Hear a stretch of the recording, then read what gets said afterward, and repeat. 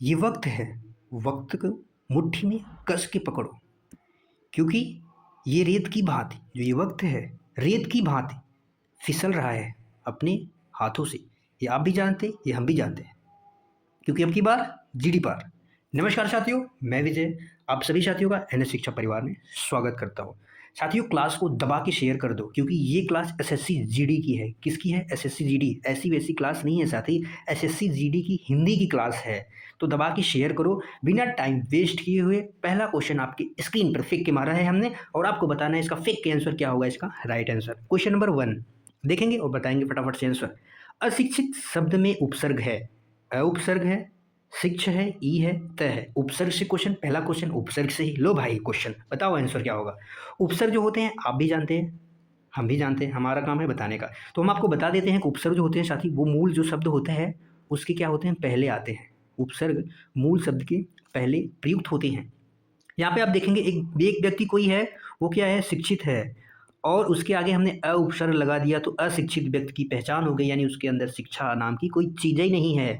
तो इसका right answer हो जाएगा ऑप्शन ए, क्या हो जाएगा, करेक्ट हो जाएगा। अगला क्वेश्चन फेंक के मार रहे हैं हम आपके मुंह पे। दूसरा क्वेश्चन बताएंगे क्या होगा इसका राइट आंसर, फटाफट से बताएंगे। आप इसका आंसर फेंक के फटाक से बताएंगे। सुख का विलोम क्या है? दुख है, आनंद है, शांति है, प्रेम है। क्या है सुख का विलोम? क्या होगा राइट आंसर, फटाफट से बताएंगे। सुख, सुख का विलोम क्या हो जाएगा, दुख। सुख का विलोम क्या हो जाएगा, दुख। शांति का विलोम अगर आपसे पूछा जाए तो आप क्या बताएंगे, अशांति। शांति का विलोम अशांति। प्रेम, आप किसी से प्रेम कर रहे हैं, इसका अपोजिट क्या होगा, घृणा। इसका अपोजिट क्या हो जाएगा, किसी से घृणा करना है यार, उसका विलोम होता है। अगला क्वेश्चन, क्वेश्चन नंबर 3 है आपके स्क्रीन पे, फटाफट से साथी बताएंगे क्या होगा इसका राइट आंसर। क्वेश्चन नंबर 3 है आपके स्क्रीन पर। वह पुस्तक पढ़ रहा है, यह वाक्य किस काल का है? फटाक से तीसरा नंबर क्वेश्चन, कितना लाजवाब क्वेश्चन बताएंगे साथी। भूतकाल है, भविष्य काल, वर्तमान काल, पूर्ण भूतकाल। बताएंगे क्या है क्वेश्चन नंबर 3 का राइट आंसर फटाफट से। वह पुस्तक पढ़ रहा है यानी कार्य चल रहा है वर्तमान समय में, तो वर्तमान काल की जानकारी जिस वाक्य से हमें मिले वो साथी वर्तमान काल होता है। न कार्य बीते समय का जब बोध कराएगा तो भूतकाल होता है, आने वाले समय का जब बोध कराए तो वहाँ पे भविष्य काल होता है। हमेशा याद रखेंगे। और भूतकाल का ही भेद क्या है, पूर्ण भूतकाल है, ये भी हमें याद रखना है, ये हमें भूलना नहीं है। तो इसका राइट आंसर ऑप्शन सी हो जाएगा। अगला क्वेश्चन, क्वेश्चन नंबर 4 आपके स्क्रीन पे साथी बताएंगे क्वेश्चन नंबर 4 का राइट आंसर क्या होगा। क्वेश्चन नंबर 4 है, नीलकमल शब्द की समास का उदाहरण है। द्वंद्व समास, कर्मधारय समास, अव्ययी भाव समास, तत्पुरुष समास। कभी कभी आपसे पूछ दिया जाता है कि समास के साथ ही कितने भेद होते हैं, तो आप 6 भेद फटाक से लगा के आएंगे। 4 भेद आपके सामने दिए गए हैं। आइए फटाफट से इनके बारे में एक एक चीज़ें समझने का प्रयास करेंगे। द्वंद्व समास, दोनों पद प्रधान, दोनों पद प्रधान। प्रधान का मतलब मुख्य, मेन होता है। जैसे हमने साथी कह दिया माता, माता पिता, और इसमें योजक चिन्ह का भी प्रयोग होता है। नाना नानी, दाल रोटी, खटिया मचिया, ये सब क्या है, द्वंद्व समास के उदाहरण है। जो भी आप सोच रहे हो वो भी द्वंद्व समास का उदाहरण है। कर्मधारय समास की बात करें तो इसमें साथी क्या होता है, विशेषण। विशेषण के साथ विशेष होता है, और जो विशेषण होते हैं वो विशेष की विशेषता बताते हैं। तो यहाँ पे आप देखेंगे नीलकमल, और जब हम इसका समास विग्रह करेंगे तो क्या होगा साथी मेरे, नीला है जो कमल, नीला है जो कमल। यहाँ पे किसकी विशेषता बताई जा रही है, कमल की। तो यहाँ पे कमल क्या हो जाएगा, विशेष हो जाएगा। विशेषण साथी क्या हो जाएगा, नीला हो जाएगा। तो यहाँ पे कौन सा समास है, फटाक से बता देंगे, सब कुछ हट गया। यहाँ पे कौन सा समास है, कर्मधारय समास है। अव्ययी भाव समास में पहला पद उपसर्ग आप कह सकते हैं। जैसे हमने कहा आ से जो शब्द निर्मित होते हैं, आजन्म है जैसे हो गया। भर से जो शब्द निर्मित होते हैं, भरपेट, ये क्या है, अव्ययी भाव समास है। यथा से जो शब्द निर्मित होते हैं वो अव्ययी भाव समास के अंतर्गत आते हैं, यथासंभव, यथाशक्ति। तत्पुरुष समास, तत्पुरुष समास में साथी क्या होता है, कारक जो चिन्ह होते हैं, कारक चिन्ह होते हैं, इसमें क्या होता है। और एक चीज़ और इसमें याद रख लीजिएगा, जो प्रथम पद होता है वही प्रधान होता है। प्रथम पद प्रधान होने का मतलब हमने साथी कहा राजकुमार। राजकुमार का मतलब यहाँ पे राजा पद प्रधान है, कुमार। यहाँ पे हमने कहा राजा का कुमार हो जाएगा। किसका कुमार की बात की जा रही है, राजा का कुमार। यहाँ पे राजा क्या है, प्रथम पद है जो कि मुख्य है। ओके, चलिए अगले क्वेश्चन पे। क्वेश्चन नंबर 5 है आपकी स्क्रीन पे, बताएंगे। आँख का तारा मुहावरे का अर्थ है आँखों में दर्द, अत्यंत प्रिय, क्रोध करना, धोखा देना। भाई आँख का तारा का मतलब क्या है यार? आँख सबसे नाजुक चीज़ होती है और उसी को हम तारा कह रहे हैं, यानी प्रेम, अत्यधिक प्रिय जिसे हम करते हैं, अत्यधिक प्रिय व्यक्ति को हम कहते हैं कि आँख का तारा यार अत्यंत प्रिय। अब यहाँ पे अगर हो जाए कि आँख का तारा होना, आँख का तारा होना यानी बहुत दिन बाद दिखाई दे रहे हो यार, तो वही होता है आँख का तारा होना। क्रोधित होना, आँख में दर्द, धोखा देना, ये सब तो कतई ही नहीं हो सकता। तो इसका राइट आंसर क्या हो जाएगा? Option B. अगला क्वेश्चन रघुवर लोगों की स्क्रीन पे बा, रघुवर लोग बताइए इसका आंसर क्या हुई। रघुवर लोगों के सामने एक क्वेश्चन नंबर 6 बा, बताओ रघुवर लोगों का आंसर हुई। निराशा शब्द में कौन सा उपसर्ग है? नी है, रा है, आशा है, सा है। आप यहाँ पे देखेंगे साथी, क्वेश्चन को देख के एकदम चकमका जाएंगे, सर यहाँ पे उपसर्ग ऑप्शन भी नहीं है, क्या हम बताएं क्या इसका उपसर्ग होगा? तो आप देखेंगे साथी यहाँ पे निराशा में एक होता है निधन आशा विसर्ग संधि के अकॉर्डिंग, और एक होता है निर्धन आशा, एक होता है निर्धन आशा। एक साथी क्या होता है? निर्धन आशा। थोड़ा सा नीर को हम अच्छे से लिख देते हैं, नहीं तो आप बोलोगे साथी क्या लिख दिया? निर्धन आशा। एक होता है ये, यहाँ पे नी है, नी उपसर्ग है, यहाँ पे तो हमें ऑप्शन ये लगाना है नीर, नी दिख जाए, नीर दिख जाए, नी दिख जाए, कुछ भी हमें मारना है, नी उपसर्ग है। क्या है? नी। और यहाँ पे नी धन आशा, आशा क्या है? मूल शब्द है, और यहाँ पे नी उपसर्ग है। तो इस अकॉर्डिंग ऑप्शन नंबर ही हमारा क्या हो जाएगा? करेक्ट आंसर हो जाएगा। कभी कभी क्या होगा कि तीनों हमें एक साथ ऑप्शन में नहीं मिलेंगे, क्या तो या तो नी मिलेगा, या तो नहीं मिलेगा, या तो नीर मिलेगा। ठीक है, डाउट क्लियर हो गया आपका? चलो अगले क्वेश्चन पे चल लेते हैं भैया। क्वेश्चन नंबर 7 आपकी स्क्रीन पे, बताइए क्या होगा क्वेश्चन नंबर 7 का राइट आंसर। जो पढ़ता है साथी वही आगे बढ़ता है, जो पढ़ता है वही आगे बढ़ता है, ये डेफिनेटली ये ट्रू है, ये सत्य है, ये आज का सत्य है। यह किस प्रकार का वाक्य है? साधारण, संयुक्त, मिश्र, आज्ञार्थक। भाई आज्ञा की तो बात ही नहीं, कोई पहले काट दो। जो ऑप्शन नहीं समझ में आ रहा है उसको काट दो फटाक से। साधारण वाक्य, साधारण वाक्य मैं पढ़ा रहा हूँ, आप पढ़ रहे हैं, ये साधारण वाक्य है यार, मतलब वह जा रहा है, ये साधारण वाक्य है। संयुक्त वाक्य जो होते हैं आपको बता दें, इसलिए ये आपको शब्द याद रखें, एक इसलिए, लेकिन, क्योंकि, क्योंकि, लेकिन, क्योंकि, इस शब्द से दो स्वतंत्र वाक्य आपस में क्या होते हैं साथी? जुड़ते हैं। क्या होते हैं? दो स्वतंत्र वाक्य आपस में जुड़ते हैं संयुक्त वाक्य में। वह आता है और मैं जाता हूँ, और भी लग जाएगा तो वो भी क्या हो जाएगा? संयुक्त वाक्य हो जाएगा। वह नहाता है और मैं खाता हूँ, ये भी क्या हो जाएगा? संयुक्त वाक्य हो जाएगा। लेकिन मिश्र वाक्य में साथी इसका अपोजिट है। मिश्र वाक्य में जैसे क्या, मोहन ने कहा कि, मोहन ने कहा कि, जो, शो, ये शब्द अगर आ जाए तो वहाँ पे आप कौन सा ऑप्शन टिक करेंगे? Option C. जो पढ़ता है क्या होता है? अब इसके आगे अगर मैंने यहाँ पे बोल दिया कि यहाँ पे जो पढ़ता है, हम इसको हटा दें, इसको हटा दें, अगर जो पढ़ता है कि आगे हम क्या कह रहे हैं? इसको हटा दें, इसको हम हटा दे रहे हैं। तो जो पढ़ता है, आपके अंदर आत्मा से क्या आवाज़ निकल रही है? आगे क्या होगा? जो पढ़ता है वो फेल होता है, वो पास होता है, यानी आप जानने की इच्छुक हैं कि नहीं है? तो वही चीज़ मैं आपको यहाँ पे बता देना चाहता हूँ, जो पढ़ता है वही आगे बढ़ता है, यानी एक मुख्य होगा और एक उस पर आश्रित होगा, वही साथी क्या होता है? वही आप समझ जाएंगे कि फटाक से वहाँ पे समझ जाएंगे कि मिश्र वाक्य होता है। समझ में आया आपको? चलो ठीक है, अगले क्वेश्चन पे चलते हैं। अगला क्वेश्चन, क्वेश्चन नंबर 8 है आपकी स्क्रीन पे। आपको बताना है इसमें से सुंदर शब्द क्या है? सुंदर शब्द क्या है? संज्ञा है, सर्वनाम है, विशेषण है, क्रिया है? सुंदर, सुंदर क्या है साथी? ये किसी व्यक्ति की विशेषता बता सकता है, किसकी? व्यक्ति की विशेषता बता सकता है, और किसकी विशेषता बता सकता है? दुनिया में सब चीज़ की विशेषता, मेज़ की विशेषता बता सकता है, किताब की विशेषता बता सकता है, क्लास की विशेषता बता सकता है, जिसकी विशेषता बता सकता है, यानी विशेषण होगा। क्या होगा? विशेषण। यानी जब किसी व्यक्ति, वस्तु, स्थान या नाम की विशेषता का बोध कराए तो वही विशेषण तो होता है, और जिसकी विशेषता बताता है वो संज्ञा होते हैं। तो इसका राइट आंसर ऑप्शन सी। अगला क्वेश्चन, क्वेश्चन नंबर 9 आपके स्क्रीन पे है। सत्य का पर्यायवाची शब्द है, असत्य है, झूठा है, सच है, भ्रम है, क्या है? अब देखिए सत्य के पर्यायवाची क्या क्या हो सकते हैं। सत्य का एक तो सच हो सकता है, और क्या हो सकता है? सच्चाई भी हो सकता है। सच्चाई, सच्चाई के साथ साथ सही भी हम कह सकते हैं, सत्य को सही कहते हैं। एक तो सत्यता, सत्यता भी कह सकते हैं, वास्तविकता भी कह सकते हैं, वास्तविकता भी कह सकते हैं, वास्तविक भी कह सकते हैं। ये सब क्या है? सच के पर्यायवाची हैं। तो इसका राइट आंसर क्या हो जाएगा? Option C. सत्य का विलोम पूछा जाए तो आप बताएंगे क्या होगा? असत्य। सत्य का विलोम क्या हो जाएगा? असत्य हो जाएगा। तो यहाँ पे इसका राइट आंसर क्या होगा? Option C. अगला क्वेश्चन, क्वेश्चन नंबर 10 आपके स्क्रीन पे, बताएंगे क्वेश्चन नंबर 10 का राइट आंसर क्या होगा। मुझे पानी चाहिए, मुझे कौन सा कारक है? मुझे कौन सा कारक है? कर्ता कारक है, कर्म कारक है, संबंध है, संप्रदान है? कौन सा कारक है? मुझे पानी चाहिए, मुझे पानी चाहिए। आप यहाँ पे देखेंगे, अगर यहाँ पे विभक्ति चिन्ह का साथ ही क्या हुआ है, लोप हुआ है। यहाँ पे अगर हम कह सकते हैं कि मुझको पानी चाहिए, मुझको पानी, या आप मुझको पानी चाहिए, अब ऐसा कहो, या मुझे पानी चाहिए, एक ही चीज़ होता है, मुझको या मुझसे। को का चिन्ह किसके लिए हुआ है, संप्रदान कारक के लिए।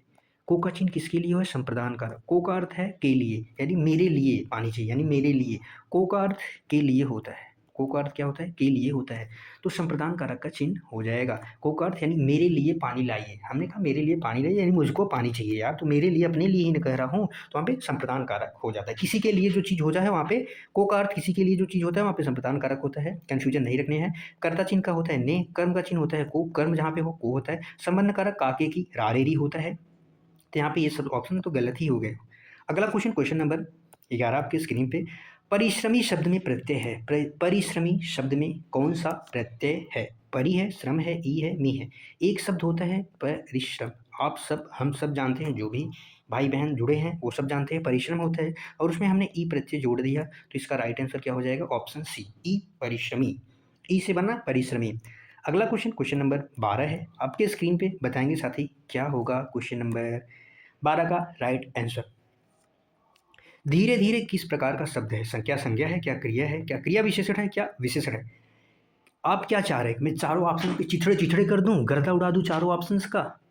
तो चलो आज उड़ा ही देता हूं चारों ऑप्शंस का। संज्ञा साथी क्या होते हैं, जो चीज़ क्या हो, विशेष हो, किसी व्यक्ति का नाम हो वो भी संज्ञा होगी, किसी वस्तु का नाम हो वो भी संज्ञा होगी, कोई चीज़ भाव प्रकट कर रहा हो वो भी क्या होगी, कोई दशा हो, कोई अवस्था हो, वो सब साथी क्या होंगी, संज्ञा होंगी। याद आया आपको कुछ चीज़ें, जैसे हमने कहा मेज़, मेज़ क्या है, संज्ञा है। किताब, अच्छा बुरा, ये सब क्या है, संज्ञा है। अच्छा बुरा ये सब क्या है, संज्ञा है। तो संज्ञा आप समझ लें, किसी भी व्यक्ति का नाम, वस्तु का नाम, स्थान का नाम, भाव का नाम, दोष का नाम, अवस्था का नाम, सब क्या होती हैं, संज्ञा होती हैं। क्रिया साथी जो होती हैं वो उसमें हमें सबसे पहले क्या ढूंढना है, मूल शब्द। क्रिया जो होती हैं वो किसी कार्य का होना दर्शाती हैं, किसी कार्य का होना, जैसे दौड़ना, दौड़ना यानी कोई ना कोई दौड़ रहा है, यानी दौड़ना एक क्रिया है। यहाँ पे ना प्रत्यय लगा है तो दौड़ना, मूल शब्द क्या है, दौड़। दौड़ में ना प्रत्यय जुड़ने से क्रिया का निर्माण होता है, जो किसी के कार्य का होना दर्शाए वही क्रिया होता है। क्रिया विशेषण क्या होते हैं, जैसे जो क्रिया की विशेषता बता दी, जैसे हमने यहाँ पे कहा दौड़ना, हमने यहाँ पे आपसे कहा दौड़ना, अब हमने यहाँ पे कहा धीरे धीरे दौड़ना, धीरे धीरे, यानी मोहन धीरे धीरे दौड़ रहा है, यानी किसकी विशेषता बता दे रहे, दौड़ने की। दौड़ने के वो भी कैसे दौड़ रहा है, धीरे धीरे दौड़ रहा है, तो वहाँ पे क्या हो जाएगा, क्रिया विशेषण हो जाएगा। हमने कहा मोहन तेज दौड़ रहा है, मोहन तेज अगर हमने कह दिया तो तेज भी क्या हो जाएगा, क्रिया विशेषण हो जाएगा। क्या हो जाएगा, क्रिया विशेषण हो जाएगा। और जो विशेषण होते हैं ये संज्ञा या सर्वनाम की विशेषता बताते हैं। जैसे हमने कहा यहाँ पे सुंदर, सुंदर किसकी विशेषता हो सकती है, व्यक्ति की विशेषता हो सकती है, फूल की विशेषता हो सकती है। सुंदर क्या हो जाएगा, विशेषण है, याद रखेंगे। चलो अगले क्वेश्चन पे चल लेते हैं, डाउट नहीं है ना कोई। चलो अगला क्वेश्चन, क्वेश्चन नंबर 13 है आपके स्क्रीन पे। राम और श्याम स्कूल गए, भैया देख लो, राम और श्याम स्कूल गए। यह वाक्य है साधारण वाक्य, संयुक्त वाक्य, मिश्र वाक्य, आज्ञार्थक वाक्य। भाई आज्ञार्थक वाक्य थोड़ी ना है, जब कोई आज्ञा देगा तो वो आज्ञार्थक वाक्य होता है।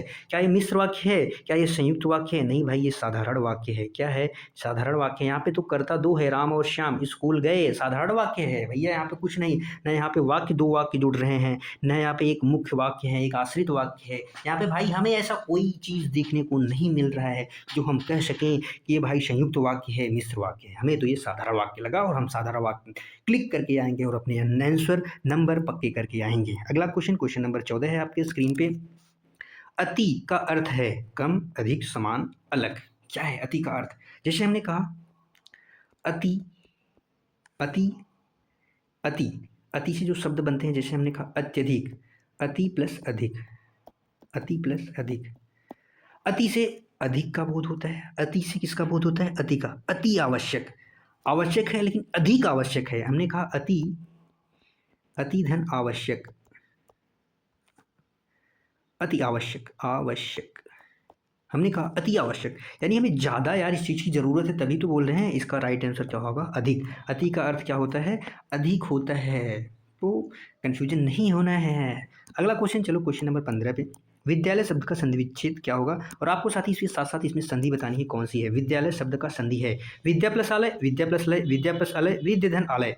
इसमें आपको संधि बतानी है, वो भी कमेंट बॉक्स में इसमें कौन सी संधि है हम आपको बता दे रहे हैं। एक विद्या होता है और एक आलय होता है, यानी विद्या के लिए जब घर की बात हो तो वहाँ पे कौन सी संधि होगी आप कमेंट में बताएंगे, और इसका सही संधि विच्छेद क्या हो जाएगा, विद्या प्लस आलय।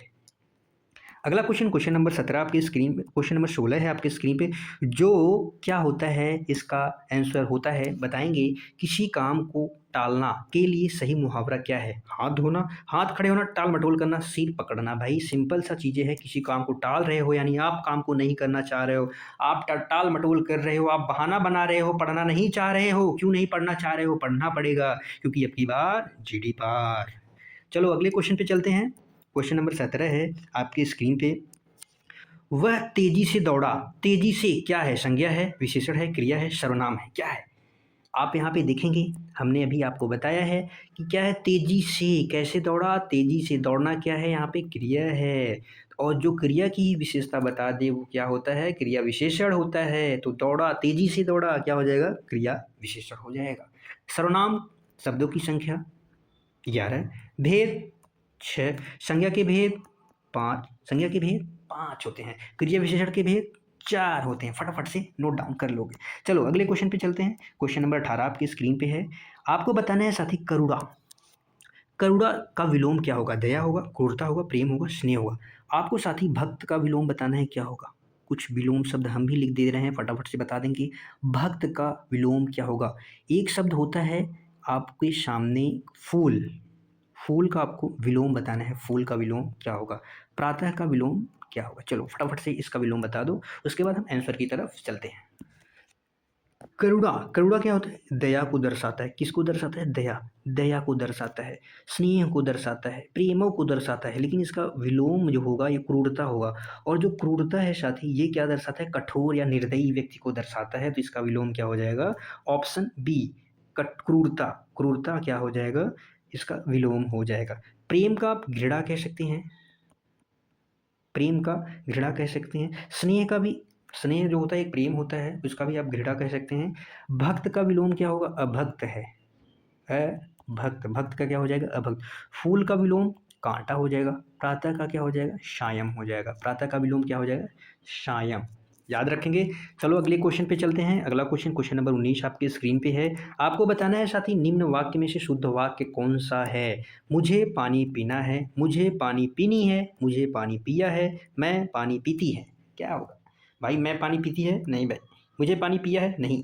मुझे पानी पिया है, भाई मैं पानी को पी रहा हूँ, पानी थोड़ी ना मुझे पी रहा है। मुझे पानी पीनी है, मुझे पानी पीनी है। हम अक्सर ये वाक्य यूज करते हैं लेकिन ये क्या है, गलत है। मुझे पानी पीना है, पानी पिया जाता है ना कि पीनी जाती है, पी जाती है, पानी पिया जाता है। मुझे पानी पीना है, करेक्ट हो जाएगा। चलो अगले क्वेश्चन पे चल लेते हैं। आज का आखिरी क्वेश्चन आपके स्क्रीन पर हमने फेंक के मारा है। सदैव का पर्यायवाची है, कभी नहीं, हमेशा, थोड़ी देर, शीघ्र। सदैव का पर्यायवाची क्या होगा। सदैव के पर्यायवाची शब्द आप कह सकते हैं, जैसे सर्वदा, सर्वदा कह सकते हैं, सदा कह सकते हैं, हमेशा भी कह सकते हैं।